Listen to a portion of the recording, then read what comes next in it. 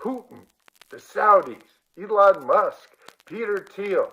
These are going to be the people running America. These are going to be the people who dismantle the 250-year-old experiment in democracy.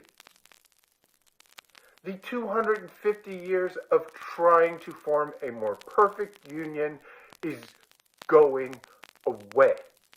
America is going to be a pile of resources and labor for them to exploit. You have 70 days to look in the mirror, see what you have done, and take all necessary measures.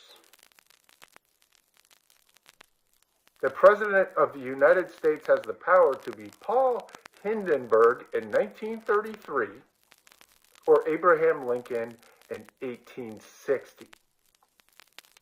We all know the choice he has made, the terrible choice that we will all pay for. Nevertheless, if there's anyone out there with the guts to say what this is and do something about it, this would be a great time. We have before us the opportunity to forge for ourselves and for future generations a new world order, a world where the rule of law, not the law of the jungle, the law of the jungle, the law of the jungle, not the rule of law, not the rule of law, the law of the jungle, governs the conduct of nations. A new world order. A new world order. A new world order. The law of the jungle.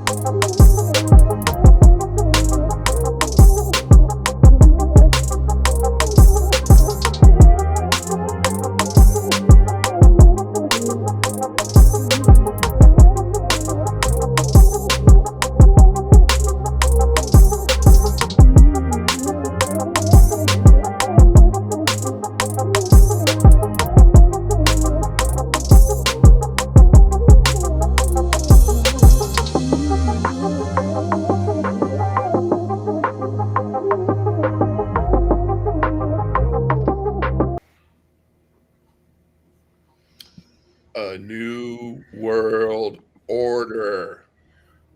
Red Pod not so chill tonight. That was fresh, man. I haven't heard the ministries in a long time.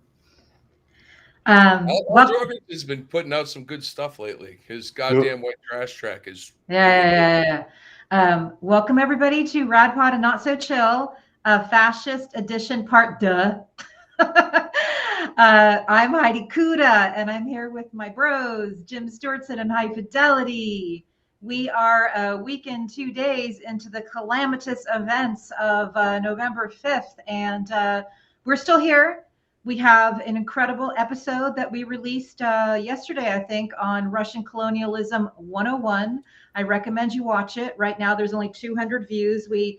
We're essentially volunteer. We don't have time to promote, market, and all the things, but we do appreciate everybody who pays attention and supports what we do. And the interview that we did for episode 117 was with the Ukrainian author and journalist Maxim Erestavy, and his book, Russian Colonialism 101. Look it up. It's amazing. Features artwork from Ukrainian artists about all of the colonialism and imperialism that's occurred in the last 111 years by Russia, and quite timely for what we're going through.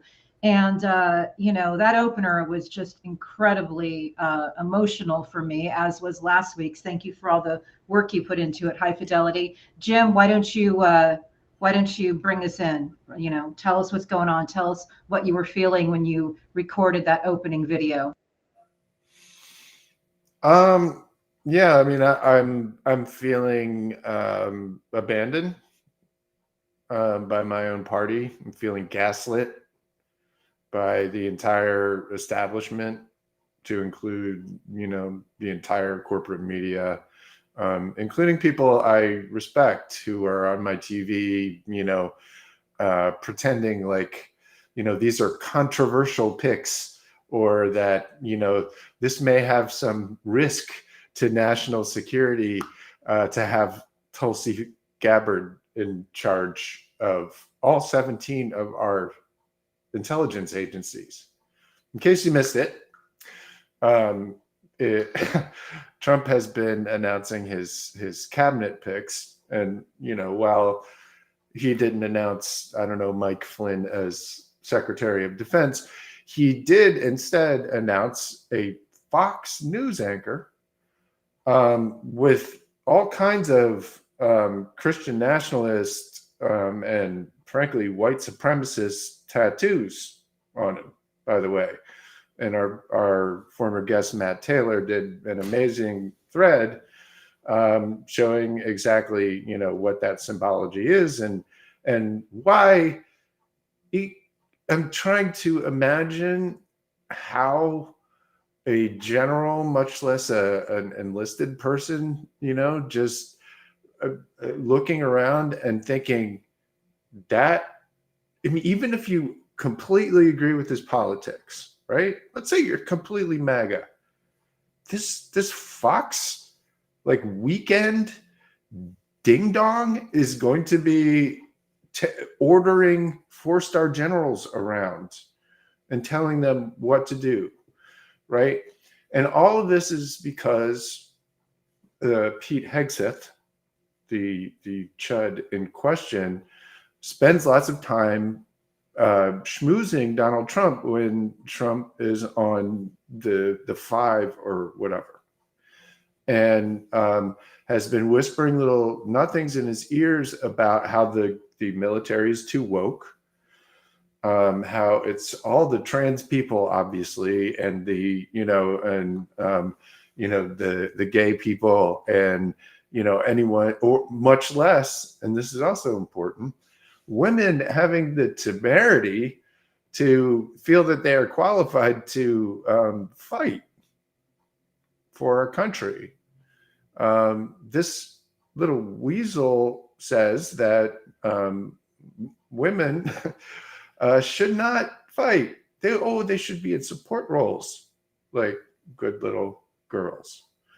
And this guy is going to be put in charge of men and women who, to a single person, are better than they are. Every single person who's serving our country is better than a 5-time draft dodger and a dumb, misogynistic, racist Fox host, right?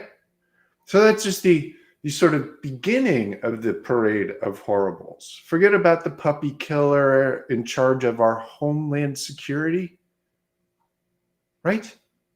Okay, so she's just what he was doing was hiring a spokesperson for the Department of Homeland Security, which he plans on using like a personal internal police force, right? But what we got into in the last few days is a different animal altogether, and caused me to write a fantasy speech that will never happen. But Matt Gaetz, in charge of the Department of Justice, I mean, it's not even insulting. It's not even, disgraceful or disgusting. It is just a very, very sick joke. And it was done, by the way, so that Matt Gaetz could get out of the congressional report on his child rape. So, of all the people on planet Earth, the president-elect chose a very, very credibly accused child rapist and pedophile and harasser to run the entire federal government law enforcement system. On top of that, the ability of the federal government to investigate crimes, right? To really go find the bad guys and bring them in so that they can have a trial and all that good stuff that, we're supposed to have. Almost all of that is at the FBI. And Donald Trump said that he is going to replace Chris Wray, who is supposed to have 3 more years, remember? Which is why Joe Biden left him there. Because the norms are that you're supposed to leave him in there for 10 years, right? And so to be a good little bipartisan Democrat, we decided that it was a good idea to go ahead and let him in there, let him stay, because that's going to prove how we're so bipartisan and we're non-biased and the institutions are going to hold. The FBI is going to be great, right? We just hold on to those institutions and we'll leave him in there and everything's going to be great.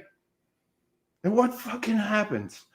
Day one, that guy that Trump hired is getting shit canned for Kash Patel.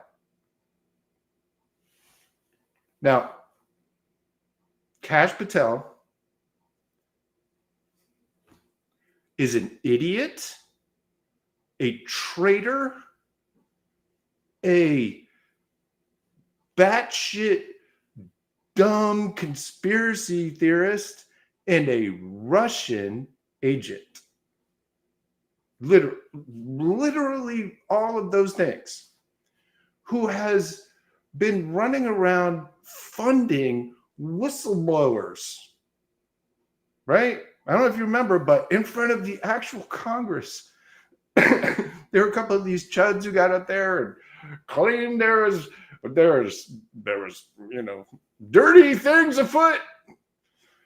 And when they were represented by Jesse Banal, who's suing me for Mike Flynn, and also funded by Kash Patel, who is now going to control all of the investigatory power of the United States federal fucking government.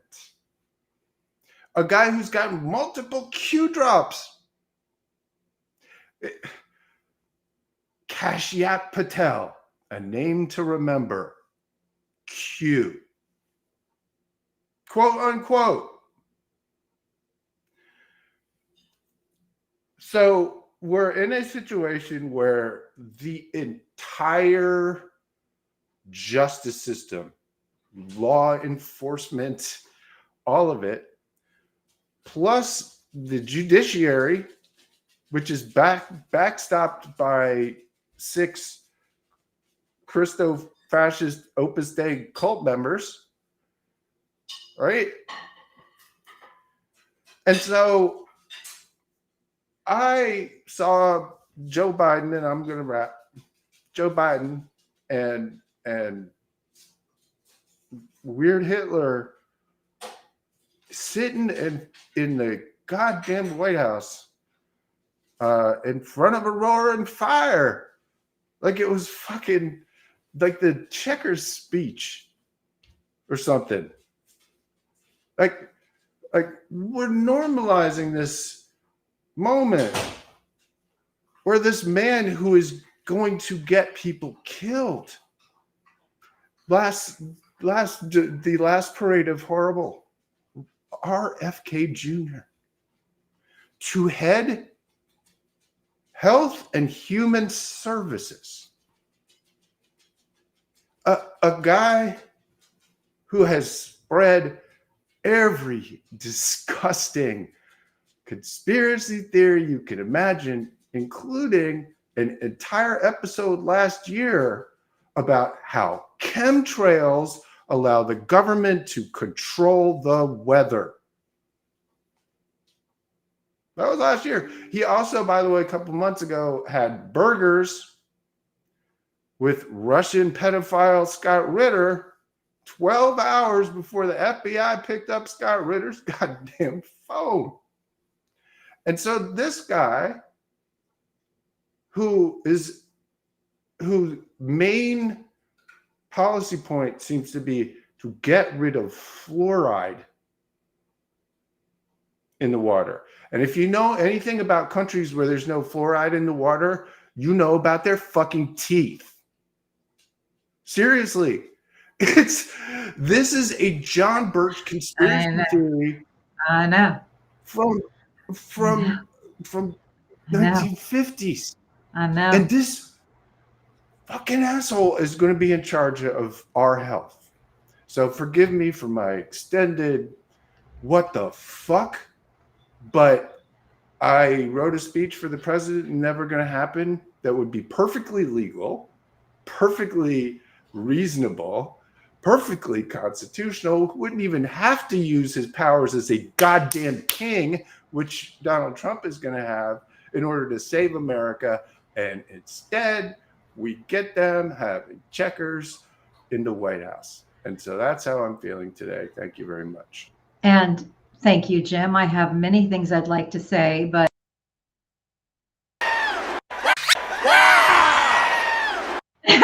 it's been 17 minutes and I can't remember if you mentioned Tulsi Gabbard. Yes. Tulsi Gabbard of the homophobic. Tulsi Gabbard is going to be the director of national intelligence, which oversees scary 17 intelligence agencies, all of them. Scary. So she gets to decide what all of the different intelligence agencies do and do not, and what they say and what they don't. So I just needed to make sure because I just couldn't remember because it was a minute. And the thing is, so one thing I understand from Ruth Ben-Ghiat and my studies of her work is that people like Trump need media creatures. He's a media creature. He needs media creatures. That is why he would grab somebody off of Fox. That's why he would grab telegenic people. They don't have to have any there, but they're selling the fascist brand. And I just wanted to point that out. And also my studies with Jason Stanley indicate that these conspiracy theories, again, are sold as part of that brand so people don't believe their eyes and their ears. And another layer to that is that in these types of regimes, as we've talked about on this show before, most of these people hate each other. And yes, they have a shared project together, but backstabbing is common. So I think that is why you will find Trump reaching to the people who've shown him the greatest fealty, because he would like to insulate himself from whatever J.D. Vance or Elon Musk might have planned. And so I think that those are some of the factors that we're seeing. It's, we called this Radpod and Not So Chill. Back in the before times, Radpod and Chill was just our way to show everybody some highlights from our latest interviews, while also just kind of having a good time, walking you through some of the important news. But it's Radpod and Not So Chill, because all the things that we've been warning about for years, if you go into our back catalog, all the things we've been doing, came true in the worst possible way. And I had hoped that we would have, an opportunity to press reset and have democratic governance prevail. But right now we're giving a billionaire aligned with hostile foreign, leaders the ability to create some sort of austerity. And I wrote about, based on our interview with our previous guest from episode 116, where we talked about what Russia in the 90s was like when the oligarchs were running the politicians. Our guest concern from EP 116, please review it if you haven't, is that is what we are heading toward. And as I map it out, what that looks like is lots of great inequalities, inequities, also, potential violence because of that. And the idea that a billionaire would be telling us that we're going to have austerity is something that, I don't think we should wait. We've said over and over again, no one's coming to save us, unfortunately. I don't think we should wait to be applying the pressure that we do have left. And if anybody reads Jim's Mind War Substack at mindwar.com, share that letter. What do we have to lose by putting out there what we would like to see happen? Those of us who've done this work for years, putting ourselves at risk, are not being protected. And in case you want to know, we're the patriots, the people who actually try to bring you truth all the time. And if you look on Twitter, you're going to see a big upside down land. It's already really ramping up, where those who have done this risky kind of work are being turned into some sort of enemy combatant. And that's not the case. As I said last week, the criminals we report on are still criminals. The criminals have gotten into power, and that is very un-American at the level that we're seeing it and what Jim just described. So didn't anticipate a TED Talk from me, but that's what you got. I'm going to make everybody's life easier. I'm just going to give you a little hint. You mentioned, sharing Jim's letter. I'm going to go one farther because, well, that's the kind of guy I am.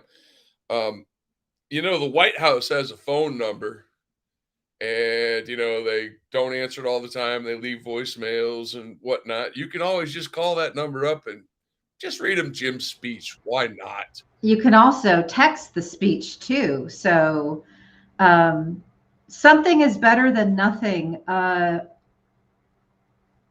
I don't know what to say, but I'm horrified that not even a piece of what Jim wrote about.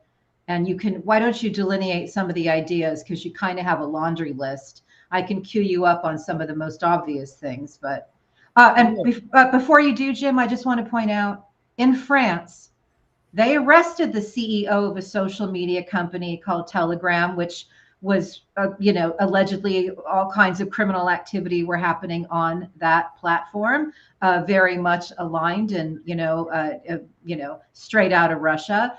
I want to point that out because their Putinist, their version of Trump, Le Pen, is being prosecuted, potentially going to do 5 years in jail and stripped of the opportunity to run for office. Just like in Brazil, when Bolsonaro was stripped of the opportunity for running for office after inciting an insurrection, just like Berlusconi in Italy, after being convicted, was stripped of the power to run for office. So America, look around the world and get some ideas. Hey, just real fast. Speaking of Bolsonaro, I have friends all over the world, and some of my friends are in Brazil, and they let me know that Jair Bolsonaro is sniffing back around politics again already. So apparently he didn't learn his fucking lesson, or they're pulling that, oh, he did his time, now we're going to let him run again, that they pulled with Hitler. I don't know. It should be interesting to watch, but always keep an eye on Brazil. They're a cool place. Thank you. That's what fascists do. That's why I have repeated over and over again, you can't coexist with it. You can't negotiate it. You have to fucking defeat it. And defeating it is not giving somebody a slap on the wrist or doing a whole bunch of, fancy charges and then not following through with getting it done. And so, having been now having warmed up the insurrection for 6 months before it happened, and then saying for 4 years afterwards, hey, it didn't stop.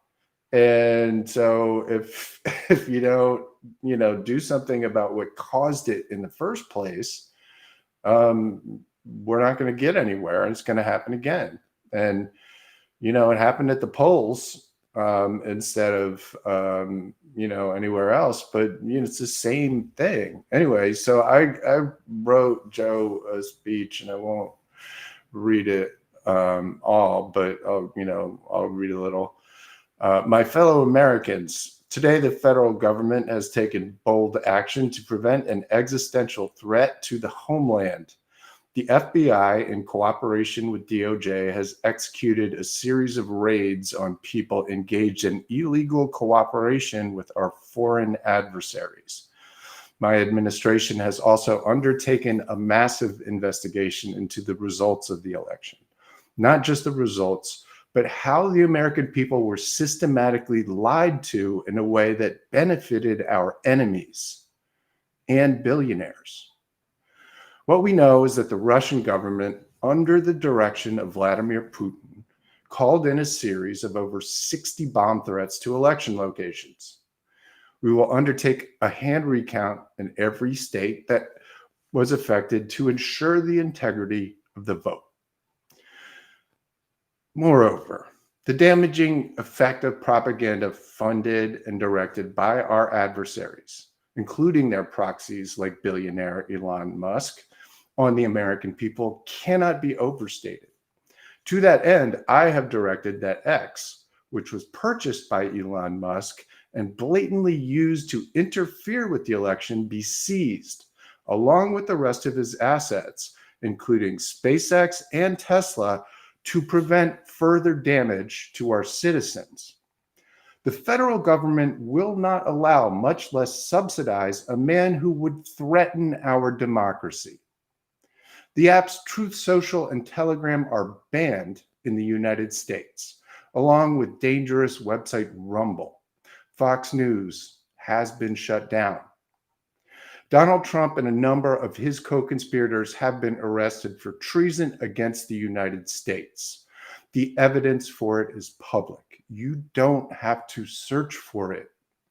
As Maya Angelou said, when they tell you who they are, believe them. I know these may seem like extreme steps, but I have to level with the American people, and most importantly, to defend you. That was my solemn oath when you elected me. And I'll be damned if I'm the president that hands over our nation to our enemies. America is not going anywhere. Thank you. Not Joe Biden. Sorry, I just went and read it. Meanwhile, Joe Biden is like, we're going to have a peaceful transition, folks. Which is important when you have 400 million guns. I get that. I get that. Then where the hell is the intelligence community? This shit was blatant. Well, right out in the open. I think that we know the answers, and we've talked about that on this show, but it is, again, like those of us who have immigrant parents who came here from wars, it's like America was the dream. And it's just, we're not a trusted ally anymore at this moment. And that is sad. America was the place you went to for the dream because you fled an unfree place and a corrupt place. And, we're not that place right now. Fucking sucks. No, now we're the corrupt place to flee from. Fucking sucks. On my mother's side, I have ancestors buried in the 17th century in America. Buried here. On my father's side, my grandparents were ejected from Russia in the early part of the 20th century in the pogroms because they were Jewish. And they came to America to be safe from persecution. So I have deep roots in America and also family that fled literally this exact ideology. The ideology that blamed Jews in Russia for what bizarres allowed to happen. Does that sound familiar? Right? The elite blame a scapegoated group, right? And bring everybody else around them to get mad at the group that they don't like. So I don't appreciate the fact that I'm getting chased around by this crazy, ridiculous idea that's been around for centuries. I don't appreciate being a political asylee potentially from my own government. And what I think maybe kills me personally the most is just the gaslighting. It's just dishonest. I don't see anybody reflecting what I absolutely know is the predominant emotion, which is terror and fear. And what the fuck is happening, Joe? And we're getting nothing but photo ops and bullshit. And so we're getting something even worse on the Twitters. We're still getting people saying they have a plan. There's a secret plan. There's a plan in place. And I would like to believe that, but there's no evidence of it. And nope. No plan. Hold on. We got to talk about this real fast. We got to talk about this because this no evidence thing is fucking important. And the next motherfucker who tells me, well, wasn't Starlink involved in the hack of the election? Shut the fuck up. At least okay, I'm a technology person. Hold on. I'm a technology person. This is what I do for a living. Literally. All right. There's no goddamn way that Starlink could be used to hack voting machines. All right. Stop it. You sound like fucking QAnon. No. Yeah, okay, but hold on, Hi-Fi. Let me be clear with you, though, because I'm out here in the middle of this shit all the time. Yeah. There's absolutely no reason why people shouldn't question the fact that this fucking billionaire who ran around the country trying to psyop people and bribe them into voting for Donald Trump, that seems weird that he would be transmitting voting information. Yeah. That said, I agree with your point. But there's an important point, a meta point to be made here, which is that bad actors, including some that have been coming after me for years, use things like that, right? To discredit people. Yeah. To say, oh, because you're into this Starlink thing and that proved to not be accurate. Yeah. Therefore, anybody who questions anything about a party who has cheated in every single election for 50 fucking years, right? With a man who all he does is cheat, a party that is just a corrupt engine of our foreign adversary who also called in a shitload of bomb threats. No one should be telling us that we should be looking into things. Yes, right? Of course. There is a difference between that and getting overly hyped up and most importantly, and I'm stopping, is listening to grifters online who want to tell you, hey, you know that Starlink thing, that's it. You know, and they make a big giant show about how they know because of their secret information or whatever, that's it. And they get people sucked into rabbit holes. It is not people's fault, and I want to stop. I don't want to blame people for falling for that stuff.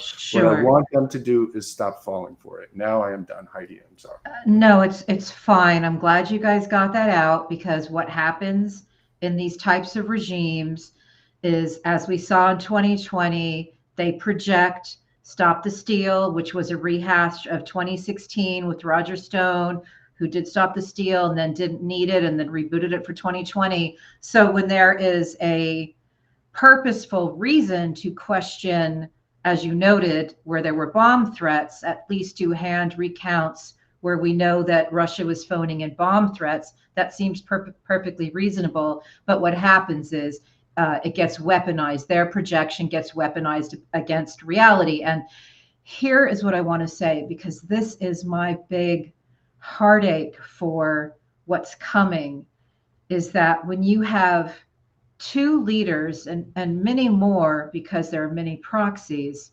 who are consummate propagandists, consummate liars, how does the world not get what Alex Alvarova called sick a little bit? So we're not going to be able to trust anything that is coming out of this regime at all. And we know that we can't trust anything that comes out of the regime of the Russian Federation, because they don't tell the truth, to the point where the leaders of France don't communicate with them anymore, because they know what they're saying is bullshit. And just to put a little bow on this, Rumble puts out Russian propaganda all day, as funded by Peter Thiel and JD Vance. And you can go to RT, and 24 million people will have watched the live stream today. Same thing with Twitter's X. Elon Musk still continues to have the known paid Russian operatives on his site as he's boosting people. One account last week that I looked at, getting paid $100 from a Russian to put out bullshit, and there's Elon Musk boosting it. So Jim's speech has, so much factual validity, and we're not protected from what is clearly a regime aligned with hostile foreign powers that mean nothing good for America. Who was one of the first promoters of Rumble, who was paid mid 6 figures to do a whole podcast on Rumble? I will just guess. Cash. Who was it? Cash too. Tulsi Gabbard. Oh, yes. Okay. Well, they're kind Tulsi of interchangeable at this point. Wow, that's crazy. So Tulsi Gabbard, hold on. Gabbard, hold on. Stop for a second. So Tulsi Gabbard, who's going to be a high-ranking official in our government, got paid a lot of money through Rumble. Okay. And then JD Vance, who's going to be our vice president, paid for part of Rumble. And then the other part of Rumble, I'm still a piece of garbage. I was waiting for it and all waiting of that, waiting for all it. that just to get there. I was waiting for it. But it's going to end up there anyway. Why? Because all roads lead to fucking Peter Thiel, and all roads from Peter Thiel lead right through Robert Mercer back to fucking Moscow and St. Petersburg. Yeah. What the fuck, Bad scene. Everyone's fault. Bad scene. So does everybody know about who Tulsi Gabbard really answers to? Yeah, because I read Jim Stewart's timeline. Hold on, Heafy. Okay. Jumping ahead of the crowd again. My bad. Oh, damn it! All right, I'm sharing. Did that work? I think so.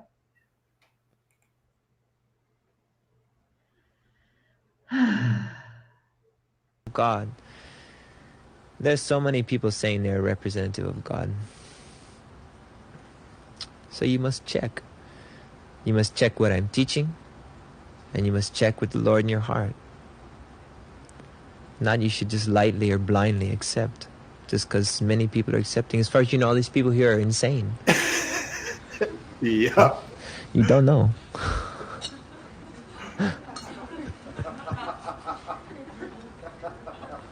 Or maybe you already know that. Anyway, so that's Chris Butler. And then here's Tulsi. who's doing does a This one whole. creeps me out, man. It's fucking. Everyone accuses me of making it with AI, but I promise. And mercy. Those of us who are the spiritual children and grandchildren of His Divine Grace, A.C. Bhaktivedanta Swami Prabhupada, would all be lost orphans were it not for His compassion and mercy. Those of us who... So she's talking about that guy.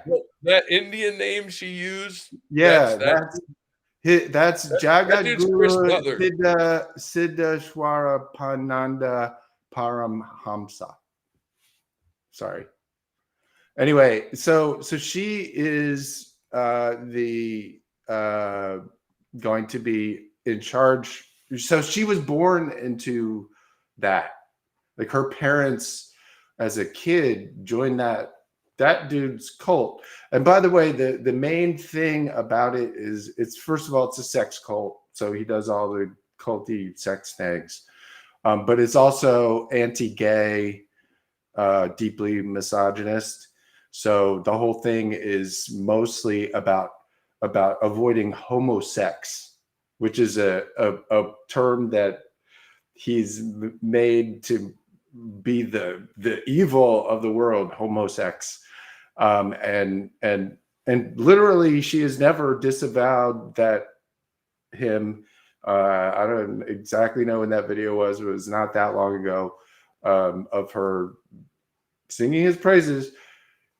She's going to be in charge of our entire intelligence apparatus. All of the power of the CIA, the DIA. I mean, so look, yeah. So Tulsi Gabbard doesn't actually, and this is the problem with all of these people, right? And it's why they pick them, is because she doesn't follow the Constitution. Yeah. Her one true God that she likes to talk about is actually her guru, but she kind of sidles it into her Christian friends' conversations. Even though her whole thing, everything that she has done has been at the spiritual guidance of that guy, or actually her spiritual master. Yeah. Is what she calls him. Scary stuff.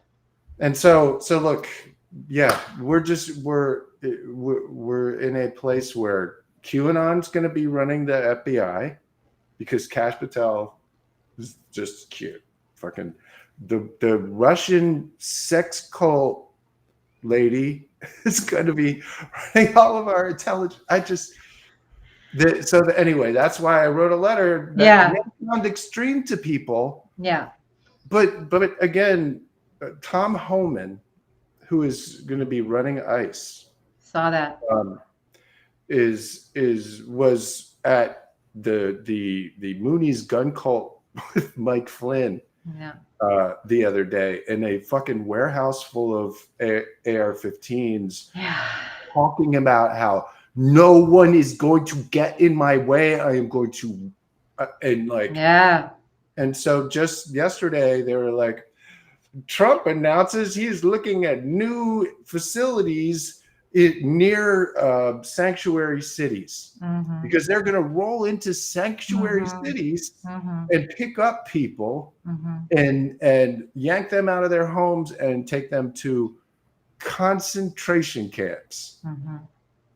So, so that's why we're not. So this is why it's Rad Pod and not so chill.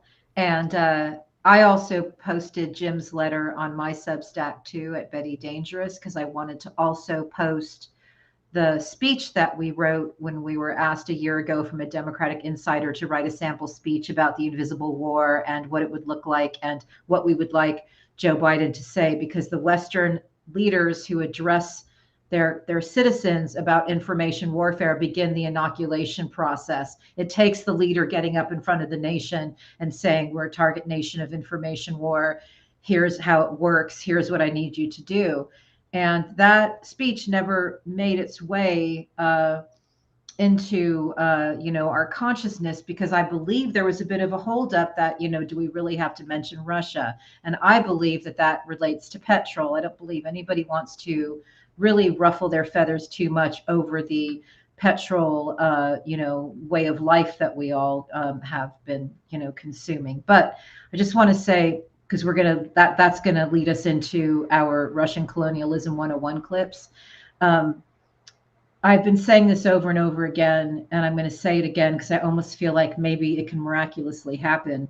There's a plot device called Deus ex machina, and it's a Latin for basically a seemingly impossible situation is solved because God comes down in a machine and takes care of all the bad guys, or aliens come to Earth and takes care of all the bad guys. And I want to believe that there will be a Deus ex machina, but I don't see it coming. So Jim's speech and the speech that we wrote that we turned into an open letter to President Biden, I still feel are two of the best tools out there. And with that, let's get to our incredible interview on Russian Colonialism 101. We should have 4 clips addressing some of the things that I think America needs to know about globally and how colonialism, imperialism works. And an author of Russian Colonialism 101 guidebook. And in the last 10 years, I have been trying to mainstreaming global awareness about this phenomena of Russian colonialism and imperialism. I come from one of the Ukrainian regions that suffered from Russian colonialism almost the most, through settler colonialism, through genocides, through aggressive Russification, and I'm a byproduct of this trauma and this violence. I was raised in a Ukrainian-speaking families, but I was taught to speak Russian first.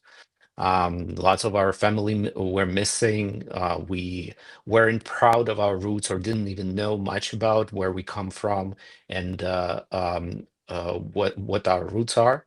So for me, trying to, through my work as a journalist, to establish even the truth about my own roots, about my own ancestry, I started seeing certain patterns and realizing that what is my family's facing, and the identity erasure and the trauma that my family is going through and went through is not something unique. It's all about trauma. I've said, as maybe worth repeating, the way that you influence people is by traumatizing them. That is, there are other ways, you could seduce them, etc. But the most long-lasting and effective form of influencing people, especially unduly, is by traumatizing them. And so far, what we've experienced is basically 10 years of online and news trauma, right? We've been absolutely fucking blasted, to, and I don't mean to be bleak, prepare the battlefield, to prepare the American population for what just happened and for what's going to come. And what is going to come is a different kind of trauma. It is going to become more and more like Ukraine. There's going to be state violence, a lot of it. We're going to be seeing images of families being yanked out of their homes. We're going to be seeing families ripped apart. And they're all going to be celebrating that while we sit in absolute horror. The people that have already been traumatized and had their trauma turned into fear and anger, right? The rest of us are going to sit back in terror and horror.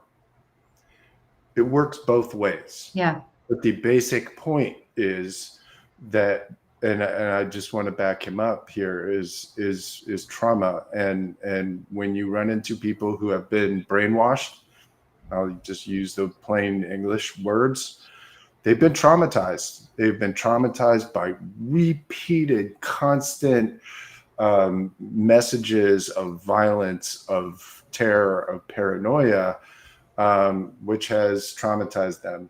And now, all of these images of brutality that they're going to see seems perfectly normal and seems like perfectly reasonable retribution for everything that they've been through, right? Yeah. Because their echo chamber says it's all the Black people, it's the immigrants, it's the liberals, the Democrats, everybody else is doing it.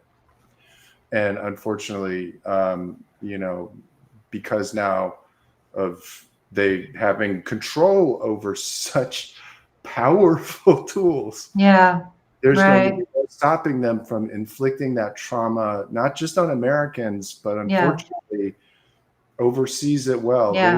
They want to go to war. They want to go to war with China. That is their main adversary. They want to go to war with China. To put a fine point on that, Elon Musk just met with Iran. I know. Yeah. First of all, I don't remember voting for Elon Musk. We didn't. Did we? It's also fucking illegal. It's illegal. They didn't have a meeting with America because they had one with South African Nazi Elon Musk. They said that. They did. That's all kinds of violations, and that he could be arrested for. Prima facie, illegal, absolutely could be arrested for it. Yeah, and I know. We can't, nobody even fucking mentions it. It's just like, oh, well, he's the richest man in the world. But no, I was thinking about that. Like getting advice on how to run a theocracy. I was actually thinking about that because Hi-Fi, who always coaches me before I do interviews, just to sort of orient my brain. Like I called at 5:30 this morning because we were talking about the Exodus, and people going to Blue Sky, whatever. And one thing I was thinking about as I was listening to people is that when Hi-Fi talks about social media being basically a weapons delivery system, I think one of the things that it's done very, very effectively is shift that Overton window to the point where things that were not acceptable. Remember the tan suit? Remember Mitt Romney's dog on his top of his car? Like, do you guys remember that? Well, now we have like insurrections. We have, billionaires who are like bribing people to vote. Like we have a pandemic that happened with somebody in charge who was completely anti-science, and hundreds and thousands of people died.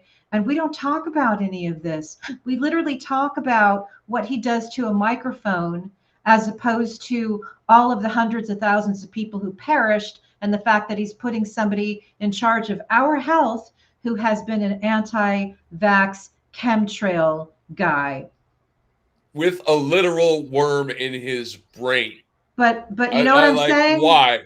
You know what I'm saying? Anyway, hold on a second. We have a lot of things to discuss, but right now I need to play the next clip. Yes. Each chapter, you can see clearly why would the Russian Empire come to those places. So when you look at the occupied and colonized lands, the majority of territory of Russia does not belong to original Russians. Northern Asia, parts of Eastern Europe, so at some point Central Asia, those are lands that are incredibly rich its natural resources. All oil that comes from Russia, that the rest of the world calls Russian, is actually coming from stolen lands of indigenous people in Northern Asia, in Central Asia, in Caucasus, and in used to be in places like Azerbaijan, and so on. And I just love one of the smartest, probably my favorite voice and researcher on Russian colonialism, Dr. Botakoska Sembekova. She just gave a congressional. She was on a congressional hearing just the other week in the U.S. And she often also points out that part of the reason why the rest of the world, and especially the free world, remains blind to the phenomenon of Russian colonialism is just this huge discount that these natural resources come to them from Russia, Russian gas, Russian oil, because Russian Empire is a petro empire first and foremost, and it thrives on the exploitation of natural resources that it keeps stealing from indigenous lands and lands that did not belong. But we can see this resistance to putting an end to this to this addiction to Russian oil and gas by the situation with a so-called Russian shadow fleet, that Russia keeps earning hundreds of millions on the schemes that are now well known and exposed, including by Ukrainian activists, of these shadow tanker oil tankers go from Russia to Europe and then to the rest of the world, and keep selling, albeit in the shady schemes, the same Russian oil, and getting money back to the Kremlin to keep financing the ongoing genocide. The ongoing genocide. Okay. Yeah. I just want Hold to on. say. Okay, go ahead. Go ahead. Okay. All right, thank you. You do. You. Well, here's my problem, America. Here's my problem. We are funding an ongoing genocide because of gas and oil. All right. Our own as well. Yeah, I had a friend, Brian, and Brian had a heroin problem.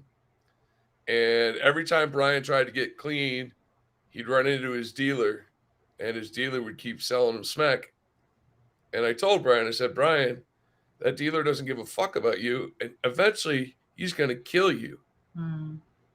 And Brian didn't listen, and Brian ended up dead. Hey, America, maybe you'll learn from Brian.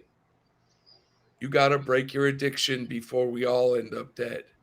Well, I mean, let's just be super clear. The reason why all of these extremely wealthy oligarchs are going after the United States is because it is an enormous pile of resources, right?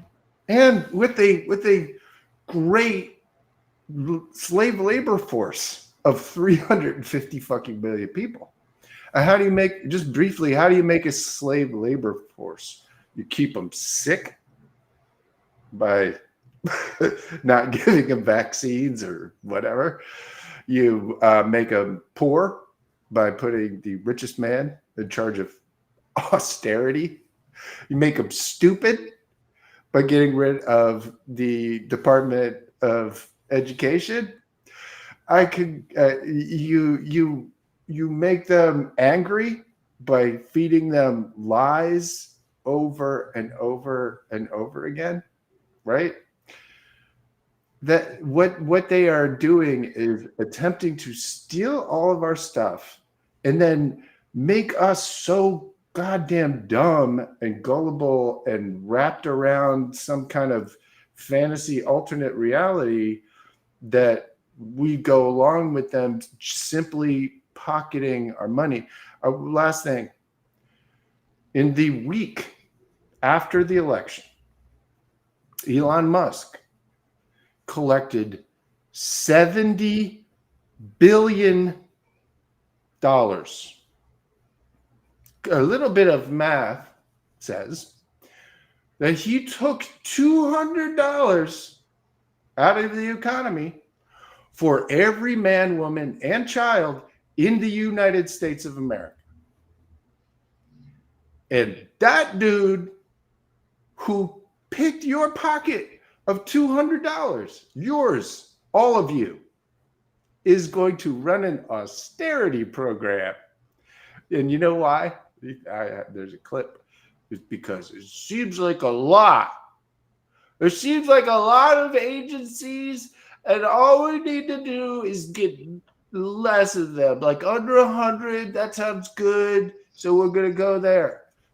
And by the way, last thing, in order to sign up to be part of the DOG, the Department of Governmental Efficiency, you have to be super IQ. You have to be super high IQ and willing to work 80 hours a week for peanuts in order to implement austerity on your fellow citizens.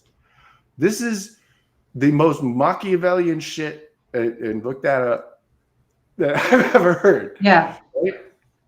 Yeah. Anyway, So no, Jim, it's riveting in a horrific way. When I first interviewed you, my very first piece with you, August 10th, 2021 in Byline Times, the brainwashed death cult, gamification of conspiracy. And I've quoted this recently, but I'm going to do it again. The ultimate goal, the shared project, as it were, is the destruction of the concept of liberal democracy, said Stuartson. They think multiculturalism and all the woke social justice warrior racial inclusion is bad, and they use racism and anti-Semitism to sell it. Stuartson believes that the ultimate goal of the project is to convince everyone that you are right and destroy the ideas that oppose you. Here, I'm getting to the line that I wake up with in my head pretty much every day. They want to destroy global liberal democracy and replace it with fascism and authoritarianism because they believe that situation is the best for them, and they may be right, Stuartson said. But here's the line. Because if you're rich, king of the world, what do you need all those people for? And I think about RFK in a position that he's in, anti-vax, when we have global pandemics.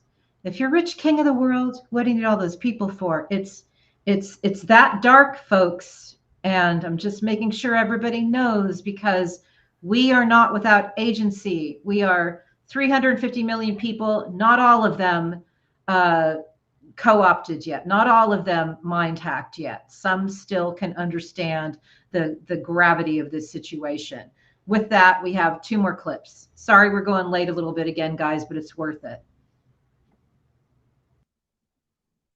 Work of studying the disinformation and the myths, imperial myths. I think one of the biggest myths that separates the free world and the empires is the focus on what one person can do.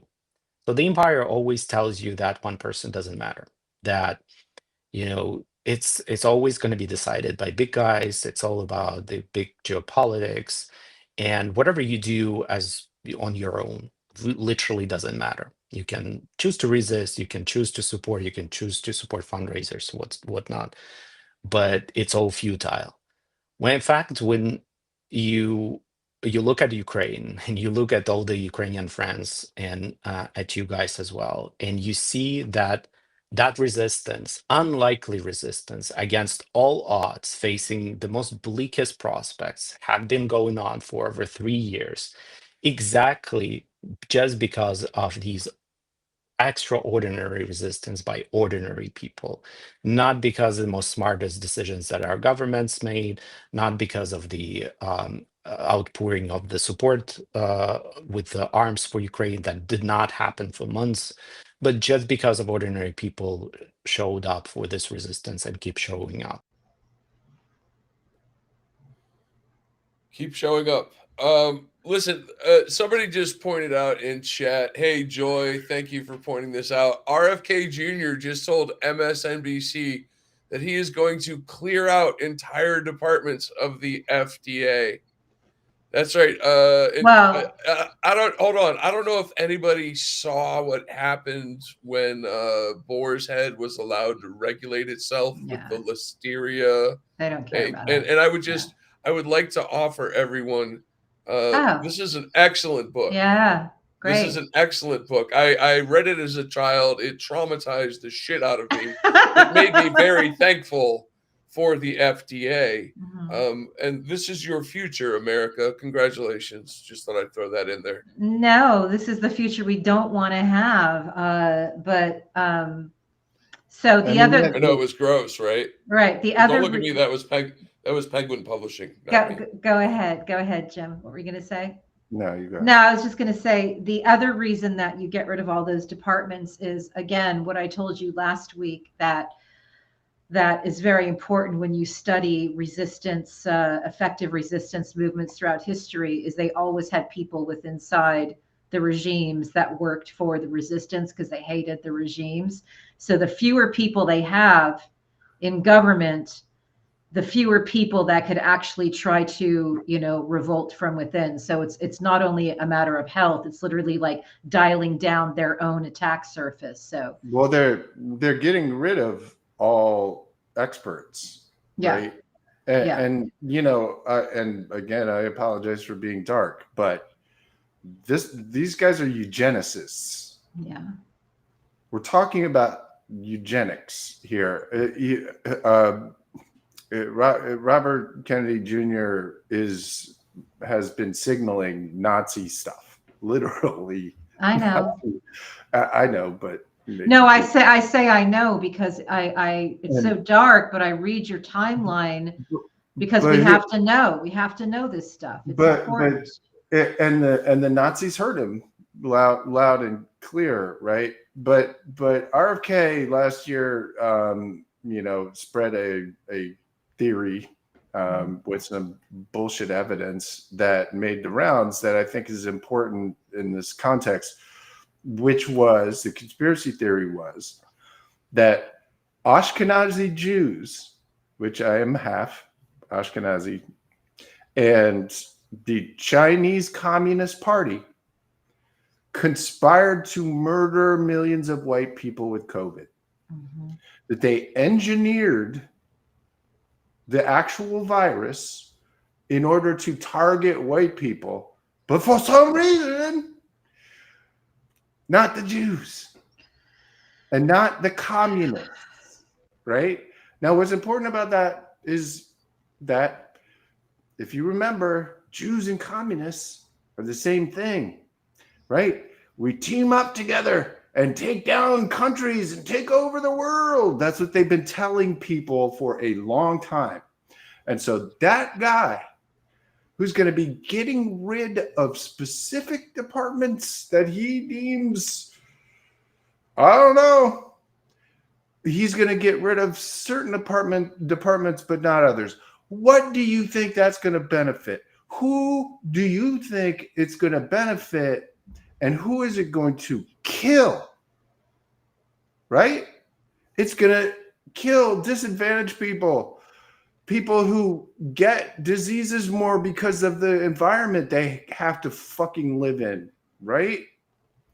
And this guy is going to roll into our entire federal government and pick and choose what health we get. A guy who admires his grandfather, who was a Nazi. So, anyway. So, Jim, I would like you, when we're done here, to post the clip you're referencing so people can hear it in his own words. Because I think if it's the clip I'm thinking of, they tried to actually remove it from the internet or take it down, and you saved a copy of it. Yeah, I also have Mike Flynn spending 4 minutes going like, yeah, see, it's the commies and the Jews. I mean, it's, It's awful stuff, but I just want people to understand Jim is reporting what these people are saying in his very Jim way, and there is evidence, and there's evidence of this. Is all I'm saying. Let's go to the last clip. Real darkness and the real tyranny comes, all of it stops, and you have no opportunity whatsoever. And as someone who actually fought two revolutions, pro-democratic revolutions, I really, value every day I have an opportunity to speak out and do something and to ensure that the rest of the world is better educated or knows, or even that I have this opportunity. I treat it as a privilege, but I also remember that freedom never comes for free. And as long as we keep fighting for it in various forms, on various platforms, or just in our own personal ways, that would actually decreases the price we need to pay for it. because if we stop, doing that, eventually we'll lose it, and then getting it back will be almost impossible, or it will require tremendous sacrifice. We have 2 months of free speech, theoretically. Free speech. 67 days. Forget those last 7, man. Call it what it is. You got 66 in a I'll week. I'll be digging my tunnel during that week. we have 2 months, and so one thing that I want to say, just as a side note, I know a lot of people are leaving the former Zitter, and I don't blame you. Yeah, sure, yeah. However, sure. but I do want to point one thing out, which is that they already have all your data. Yeah. So all you're doing by abandoning your account, and I'm not suggesting that you expose yourself to anything more than you want ever. Yeah, of course. However, by giving up your account and just deleting it, as much as that might feel good right now, you don't actually know. And I like Blue Sky. It's a nice app and it seems nice, but I've seen this kind of shit before. Yeah. There's a honeymoon period, Well, when the cops want to trap somebody, we want to trap a group of Antifers that they don't like, they will do something called kettling, right? Which is they will attack a group of people and tell them to clear out a space. Clear it out because you're bad, Antifa, get out. And they'll do it. They'll fucking turn around and start going, and they'll be met with a bunch of cops on the other end. And now they're in the middle of 2 sets of cops. So my point being that by kind of deleting your presence, all you're doing is ceding territory to people. Doesn't mean, again, you have to experience it, delete the app, it doesn't matter. But when you delete the account, it means that somebody else can take your space, that the space that you occupied, you have given up permanently. And it's hard to know what the hell is going to be happening with any apps. And I'm on there, by the way. I'm on Blue Sky. Come join me, Jim-Stewartson, because some assholes are impersonating me because they have nothing better to do with their life. Anyway, I'm not saying don't go. I'm just saying be cautious about oh my God, everything is happy now. Be careful. That's all I'm saying. Right. Hold on. Blue Sky, 2 primary funders. Funder number one was Jack Dorsey, the guy who started Twitter. How'd that turn out?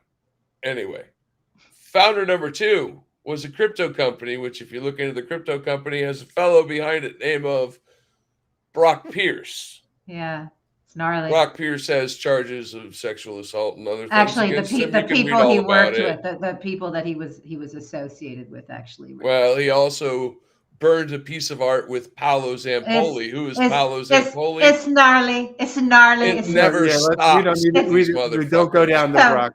So all I want to say is to quote High Fidelity, the dirty secret is that the enemy owns all the battlefields. So it's like I'm actually, if anybody has any carrier pigeons, I need some pigeons that we can strap a little note to their little foot and send them off, because resistance at some point, if things don't go well, and we're here already, we'll have to go underground, and I don't see any safe communication platforms, because as I just quoted High Fidelity, it's Actually, if anybody has Mark Cuban's phone number, we do have a platform for him. Yeah. Mark, if you're out there, we have some ideas. We could make you even richer than you are, so you can put these motherfuckers in their place. Call me. Yeah, that's all I'm saying. Look, there are 2 ways approaching this, as far as I can tell, basic strategies, right? One, go dark. Yeah. Yeah. Okay, shit, these guys are going to be coming after people, and it's a perfectly reasonable approach. Yeah. Your personal security and the security of your family is the first through 10th thing that is important. So always that first. However, we're entering a period where information is, we've been in an information war for 10 years and we lost. Yeah. Right. So now we're going to have to deal with the consequences of losing, which means that they're going to be coming at us on all these platforms, trying to come at us and suppress us and all of those things. So my point being, right now is probably is the time to expand your reach, and to the extent that you want to stay and keep your head above water, and that's a decision. Diversify your communications portfolio. Is my very cheesy way of saying, don't put all your eggs in one basket, because you don't know what this fucking regime is going to do. You don't know what the founders of any of these apps or Substack or any of it, right? So my approach is, all right, I'm on TikTok and stuff now. I'm like, he a TikToker. Hey, a Chinese platform, so much better. I'm just putting it all out there because, like at a minimum, people will notice if they disappear me or whatever, right? Yeah. Maybe. But that is a decision point. But here, last thing I will say, in a fascist autocracy, it is very hard to know who your friends are. Yeah. And it will become increasingly harder to know who your friends are. Yeah. People at work that you got along with fine, and even if you didn't necessarily vote for the same person, whatever, some of those people are going to end up, being bad people and becoming sucked into this. So the first thing, stop letting people that get sucked into this thing. Mm-hmm. Let them know how it works, how trauma works, how getting indoctrinated works, how red pills and all this bullshit works, because the opportunities to get brainwashed into this are going to be everywhere. Yeah. Right? Yeah. But in also, and last thing, gather your friends around now. Yeah. You have 2 months. Yeah. It's going to get weird and crazy and hard, and find yourself a place where you have people that you absolutely know for sure that you can trust them. Yeah. You will need that. You will need that. You will want that. Trust me. Yeah. Just make sure that you reconnect with the people that would be on the lifeboat with you, if you know what I'm saying. And guess what? They need to hear from you too. It's not just you reaching out to them. Believe me, they need the support as well. I have something I want to end on. High Fidelity, go for it. Or is this all going right, to be? You go, and then it'll be I'm deep ending thoughts. this. Deep the thoughts with shenanigans High are Fidelity. over after Heidi. Go, Okay, Heidi. so I just want to remind everybody to read or listen to the audio version of On Tyranny. And I'm going to list off a few things that Timothy Snyder reminds us. Do not obey in advance. Defend institutions. Stand out. Investigate. Be calm when the unthinkable arrives. That has been my salvation right now. Be a patriot. Duh. Be as courageous as you can. Just wanted to share that with you guys, to just press reset, palate cleanser, Timothy Snyder on point. Now we're going to go to Deep Thoughts with High Fidelity. My deep thought to end this week. No, you got to be quiet until I'm done. My deep thoughts to end this week are very simple. I've always been a bit of an instigator. I've always been a bit of a shit stir. A chaos agent, some have said. Shit stir. But I just like to put something out there. One of the great things about America is we have the right to protest, right? Well, if you show up to protest Donald Trump right now, somebody's going to like take your picture, put you on a list, probably end up shooting you. Who knows? Oh, high But five. That's not how we're going to hold end on, this. hold on. I'm not done. All right. If you show up to protest on Joe Biden's front yard, that this is some old bullshit.